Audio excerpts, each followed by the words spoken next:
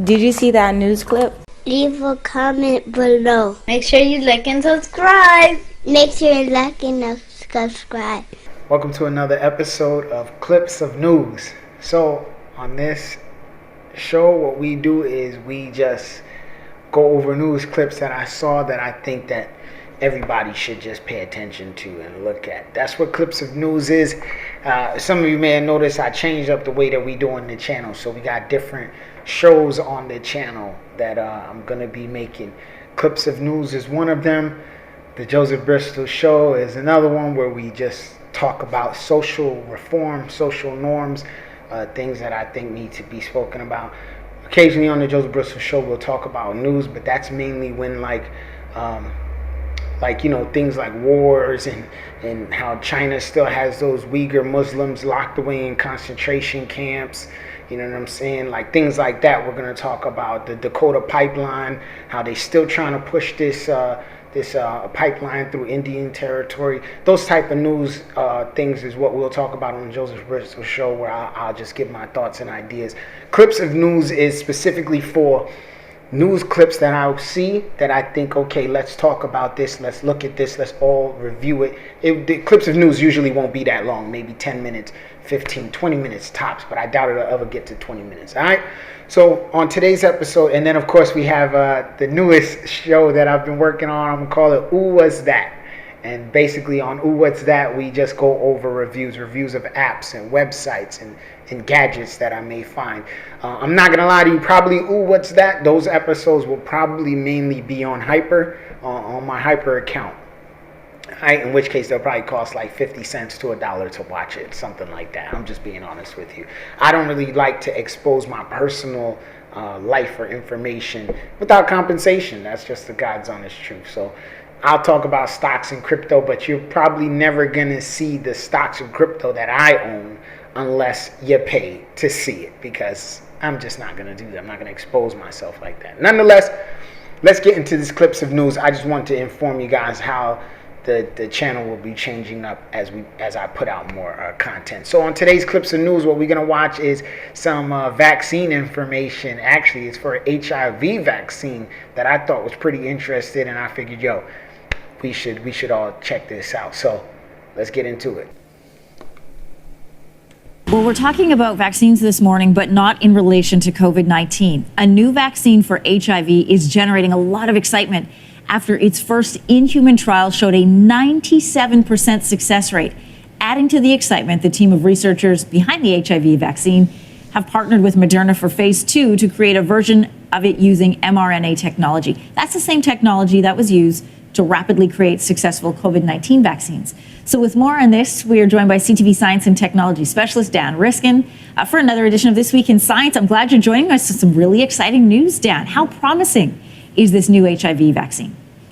It's as promising as you could hope for, but it is just after phase 1 trial. So what they've done so far is to give the candidate vaccine to people who don't have HIV, people who are healthy, to make sure that it doesn't have any negative side effects, and then to check the antibodies of those people to see if, in a petri dish, those antibodies react to the HIV virus. And that 97% comes from that. So there were 48 people in the trial.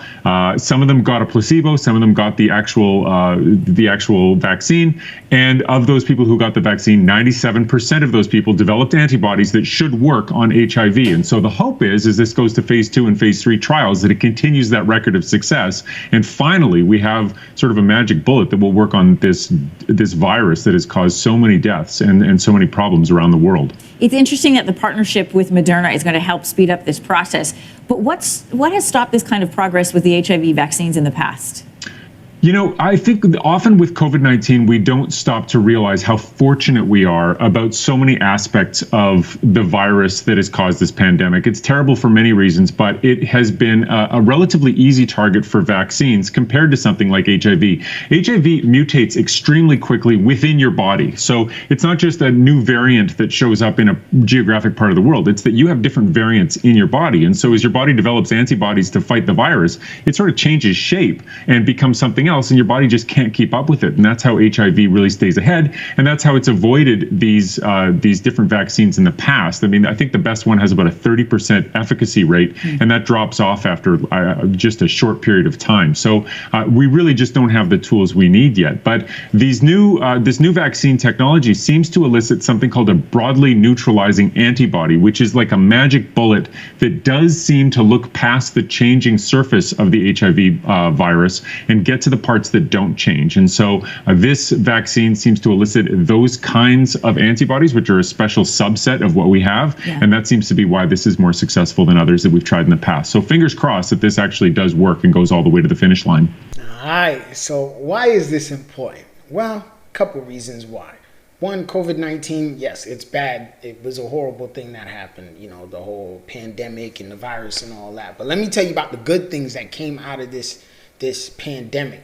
One of the good things is that we now can basically rush those type of things, right? Like, so before we used to have to wait, you're talking years before a medicine or vaccine was made. But now, ain't no waiting no more years. COVID-19 has kind of rushed that process. So for me, I personally hope that it stays like this, that we can start to make vaccines and medications much, much faster. Like, let's stop wasting time. Another thing that COVID did that I think that we should stick to as far as like science is concerned is human testing. So if you remember, like the FDA and the government basically told a couple of these companies like Pfizer and Moderna and Johnson & Johnson that they're allowed to take in volunteers. So people can say, hey, give me COVID and I will take your placebos and your vaccinations and your cures and all that. And people volunteer to get sick to take the experimental medication.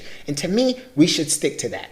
If someone's willing to be a guinea pig, then let them do that, because their sacrifice will, again, benefit the rest of us. You have to crack some eggs to make an omelet. That's the way you make eggs. That's the way you make an omelet. You know what I'm saying? So in other words, some people are going to have to lose so that others can win. And that's okay. Remember, I think it's very important that we always remember this, especially when you're watching any one of my videos. Remember, when I'm speaking from a spiritual standpoint. I'm not speaking from the physical realm. Yes, again, we're alive. We are physically here as beings, but we are spiritual creatures. So we have to always think at the world, think about life through a spiritual lens, okay? So with that being said, some people have to lose so others can win. You have to be willing to sacrifice yourself to ensure the survival of your species, the survival of your people. You know what I mean? So that's just a part of the process. But I thought that this HIV vaccine is pretty dope, which is very different. I don't want it to be mistaken that this HIV vaccine that they're working on is very different from PrEP. PrEP is like a pill that you would take that reduces the amount of HIV that's found in your blood. So let's say somebody has HIV and they start taking PrEP, and let's say they have 10 million HIV cells circulating through their blood. The PrEP reduces the amount of HIV cells in their blood so that way it's harder for them to pass it on to another person, because you would only necessarily need one HIV cell to enter your body in order for it to begin to multiply and replicate and then get you sick, and now you have HIV, and then it'll eventually grow into AIDS and you would then die. Of course, years later, because these things take time. But I just wanted to talk about this one little news clip that I saw. I thought it was pretty important. And everybody, let's remember, man, please, guys, I know it's COVID out here. Wear your mask. Don't forget to go and get STD tested. I go every 3 months. I try to go religiously. Sometimes I be scared and I just go every single month. I don't care if you're celibate. I don't care if you're a sex worker. I don't care if you have occasional sex. I don't care if you are married in a committed relationship that you're 100%.